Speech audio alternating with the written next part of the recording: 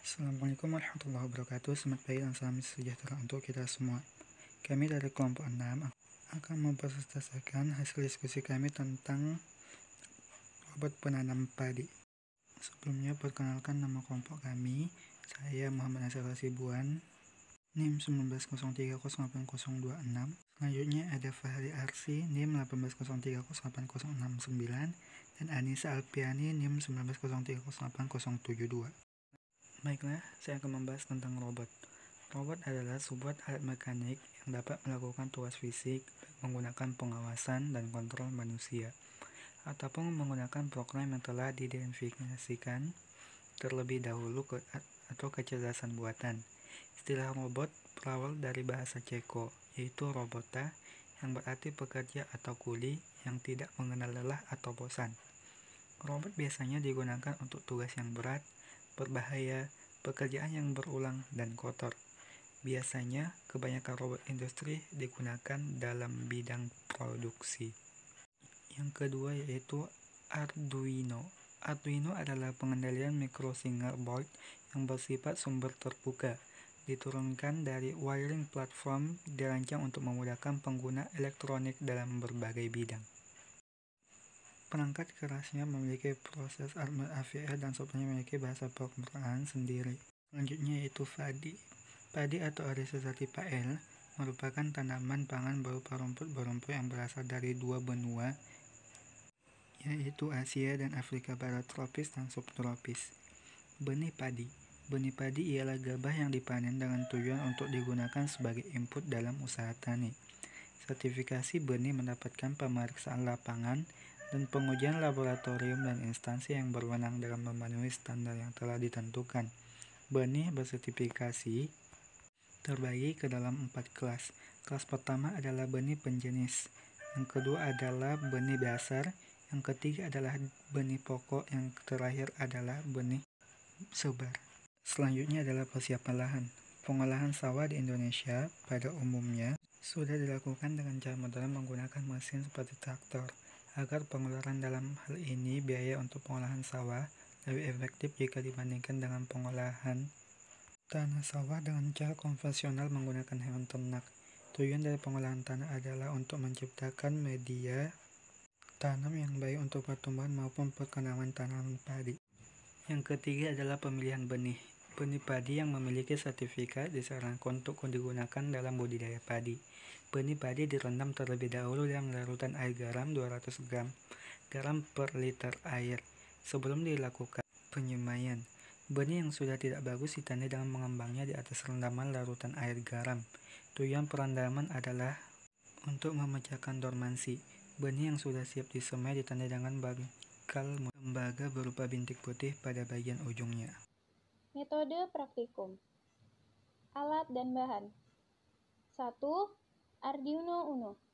Fungsi dari Arduino Uno adalah memudahkan penggunanya dalam mengendalikan komponen elektronika dengan program seperti LED, motor DC, relay, servo, modul, dan juga segala jenis sensornya.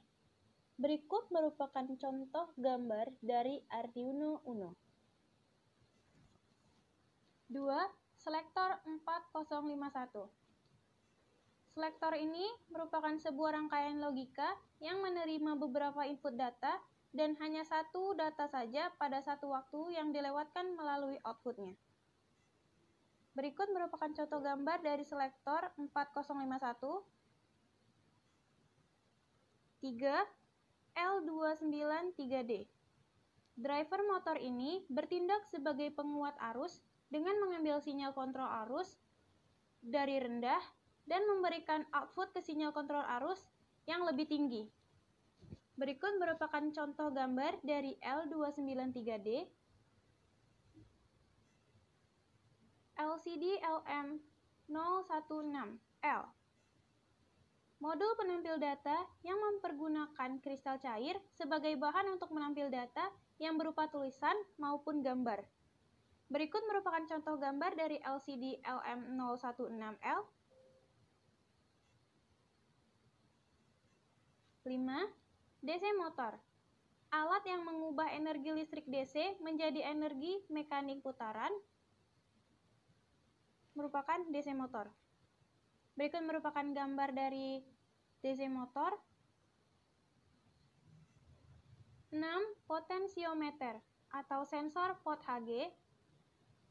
Sensor ini untuk menyetel taraf isyarat analog, misalnya pengendali suara pada penanti audio, dan juga sebagai pengendali masukan untuk sirkuit elektronik. Berikut merupakan contoh gambar dari pot Hg. Flowchart diagram merupakan gambaran atau bagan yang memperlihatkan urutan dan hubungan antar proses dan instruksinya. Gambaran ini dinyatakan dalam simbol. Dengan demikian, setiap simbolnya menggambarkan proses tertentu, sedangkan hubungan antar prosesnya digambarkan dengan garis penghubung. Berikut merupakan rangkaian flowchart yang akan kami gunakan. Pertama, memulai memasukkan sensor 1, 2, 3, dan seterusnya hingga sensor ke-6. Pertama-tama, masukkan sensor 1, 2, 3, dan seterusnya hingga sensor 6.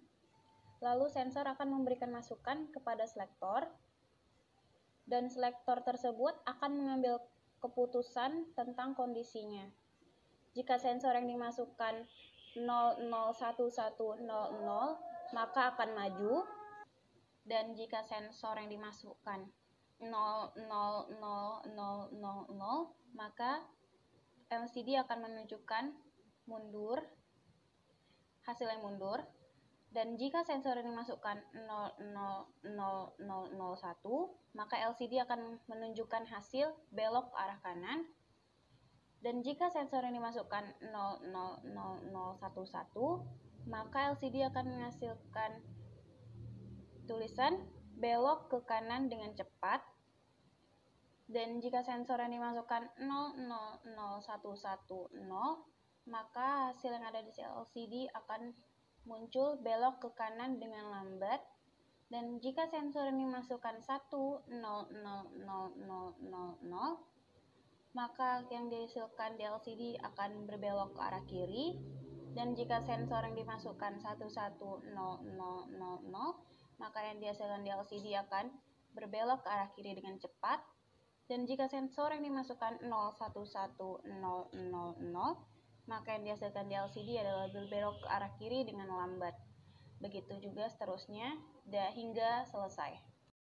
Tentang sinematik rangkaian kami, di sini terdapat 1 Arduino Uno, 1 selektor, 6 potensiometer sebagai sensor, 2 motor DC, 1 IC driver untuk motor DC-nya, 1 LCD untuk display, dan 1 virtual terminal.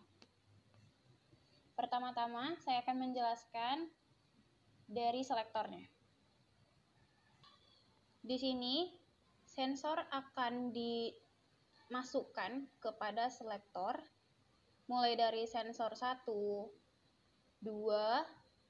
3, 4, dan seterusnya, dimasukkan kepada sensor 1, 2, 3, 4, dan seterusnya, hingga sensor 6, baru selektor akan dimasukkan kepada Arduino Uno, dan pada LCD ada output ke Arduino-nya dari D4, D5, D6, dan D7 dimasukkan ke Arduino-nya. Lalu IC drivernya disambungkan ke motor DC-nya hingga motor DC-nya sudah tersambung dengan IC driver. IC driver pun disambungkan ke Arduino-nya. Dan terakhir, sambungkan virtual terminal ke Arduino-nya. Lalu jika kita run, maka akan muncul sensor 000 dan mundur. Jika sensornya 00110, maka hasil yang ada di LCD tersebut akan maju, dan seterusnya hingga selesai, dan akan memulai lagi kembali ke input. Berikut akan saya jelaskan tentang sinematik rangkaian kami. Di sini kami menggunakan satu Arduino Uno, satu selektor, 6 potensiometer sebagai sensor, 2 motor DC, satu IC driver untuk menjalankan motor DC-nya, satu LCD sebagai display, dan satu virtual terminal. Di sini saya akan menjelaskan mulai dari selektornya. Sensor 1, 2, 3, 4, dan seterusnya hingga sensor 6 akan dimasukkan atau disambungkan ke selektor mulai dari selektor X0, X1, X2, X3, X4, dan X5. Setelah itu, selektor akan disambungkan kepada Arduino mulai dari A, B, C, dan seterusnya disambungkan kepada A0 sampai A3. Setelah itu, selanjutnya menyambungkan motor DC kepada IC drivernya. Setelah motor DC disambung dengan IC driver, maka IC driver juga disambungkan kepada Arduino Uno-nya. Selanjutnya LCD-nya disambungkan kepada Arduino Uno-nya mulai dari D7 ke D7, D6 ke D6, dan seterusnya. Dan terakhir virtual terminalnya disambungkan kepada Arduino Uno-nya. Selanjutnya, maka rangkaian akan bisa di-run. Sebelum di-run, masukkan dulu file hex-nya, klik 2 kali pada Arduino Uno-nya, baru masukkan file hex-nya pada program datanya. Setelah dimasukkan, klik OK, maka bisa coba di-run. Dan setelah di-run, maka LCD-nya akan muncul hasil dari coding yang telah dibuat. Pada LCD-nya tertulis sensor 000000, maka akan tertulis mundur. Jika sensor yang tertulis 001100, maka yang tertulis pada LCD maju. Begitu juga seterusnya. Setiap sensor yang ditulis akan menghasilkan hasil yang berbeda. Baiklah, di sini saya akan menjelaskan tentang kesimpulan. Penerapan teknologi robot tanam bisa menjadi solusi bagi para petani yang memiliki sawah dengan petakan yang kecil-kecil dan sulit terjangkau oleh mesin-mesin pertanian yang didominasi oleh alat berat. Robot ini memberikan kemudahan dalam menempatkan benih secara akurasi jarak tanam dan jumlah benih yang seragam. Sekian dan terima kasih. Bagi teman-teman yang ingin bertanya, silahkan tanyakan di kolom komentar. Insya Allah akan segera kami jawab dengan baik. Sekian hasil presentasi kami, kurang dan lebihnya kami mohon maaf. Wabillahi taufiq wal hidayah. Assalamualaikum warahmatullahi wabarakatuh. Selamat pagi dan salam sejahtera untuk kita semua.